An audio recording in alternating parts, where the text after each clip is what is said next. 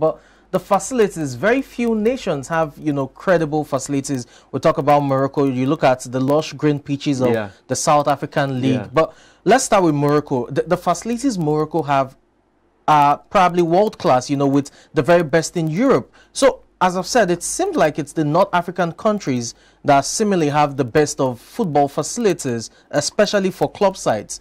How do you think this affects African club football, especially in other parts of Africa where, you know, the facilities are not so good? Yeah, but it's will.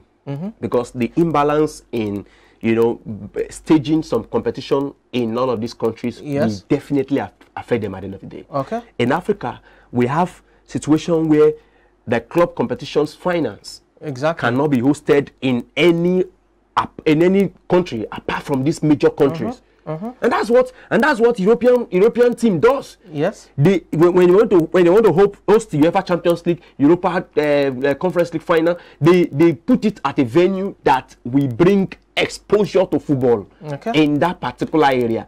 Now, for instance, Niger Republic, near me, where it happens. Now, I can't remember the last time they host a particular tournament in that country.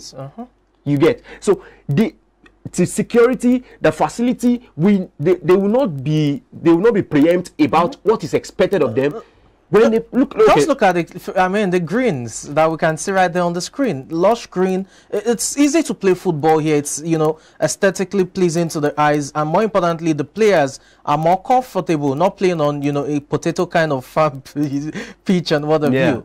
So, how can we improve our facilities? We know quite well that government can't do it alone. Are you looking at a private, you know, public partnership of some sort? That's the best. A private-public partnership is the best, because one of the things that is very vital that we need to do in our African football is to try and do away with government interference in our football. For instance, in Nigeria now, we need a situation where there will not be any government, any state-owned football clubs in our country. Now, when there is no state-owned football club, it's easy for the Ministry of Sports to be able to put some sanctions in place without being biased, you know, without being sentimental. So if there's anything if there's any law that is coming from the government, and the moment private investors are sensitive that this is gearing towards them, and it's not really going to affect the government-owned clubs, then they will now begin to deviate and say, no, I don't want to put my money in this kind of investment.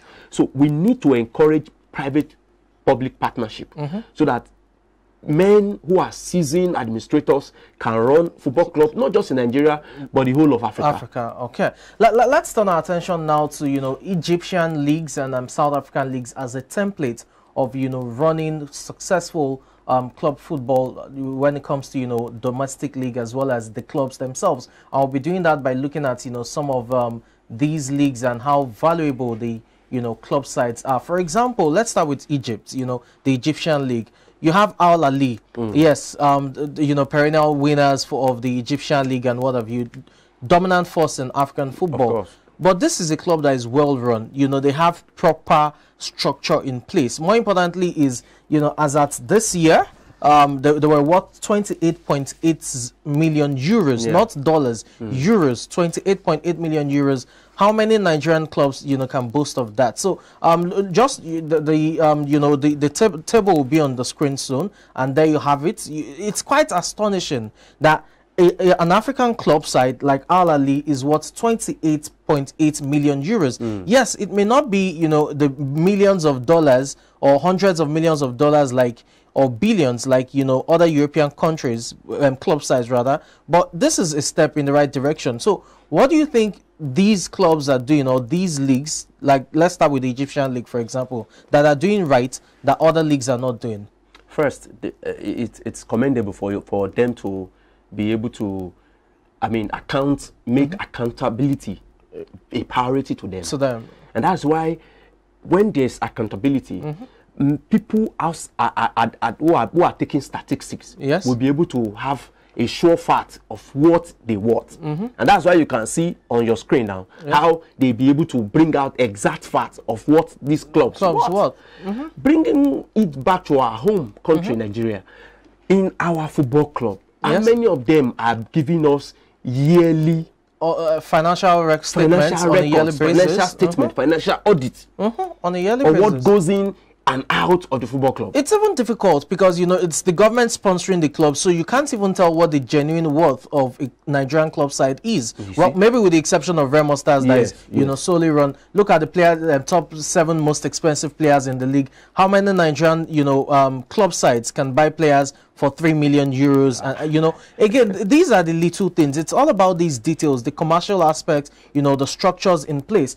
For example, the total value of the Egyptian league is 156.1 million euros in terms of the various clubs. The least ranked club is still even worth more than the average, you know, the top Nigerian league club side rather. So the issue is, when it comes to commercial revenue in terms of generation, how can Nigerian clubs, now let's bring it home, how can Nigerian clubs generate, you know, income, be it from shirt sponsorship deals, you know, to stadium naming rights or training, you know, facilities, naming right, and what have you? It's very easy. But if every time we talk about anything Nigeria, we must not forget, we must not lose focus of one pandemic that is eating us up. That's corruption. Now, when there is no corruption in the system, it's easy for accountability to be obvious. It's easy for transparency to be obvious. Because these sponsors, they are going to be working on numbers. Exactly. Now, they will look at all the football clubs in Nigeria and they will say, in all these football clubs in Nigeria, if we are going to sponsor them in the next few years, what are we going to get from them? What are they getting from their entrance, from their supporters? Match day tickets. Match day ticket. What are they getting? How many people are watching their football matches? Merchandise How sales. well are they being their TV rights? What are they doing with it? So these are figures that sponsors they look at. Now, when they look at these figures, they feel, okay, this is what we can generate. You know, when you look at the English football, let's just go a little bit to the English football. When sponsors want to come, they will look at the competition you qualify to. Exactly, Champions League. Yes, you know, this bring in money for them. So the same thing with our Nigerian league. So they need to be transparent, first of all, to be accountable, and then to be able to now attract sponsors. Then they need to create the platform. Now, thank God for Remo Stars now. Exactly. We'll get there, definitely. Now, Remo Stars now, we always want to be giving you the audit, yearly audit. We give you what they get as income. We give you the profile of their players. We want to even give estimation on what their player can worth. Yes.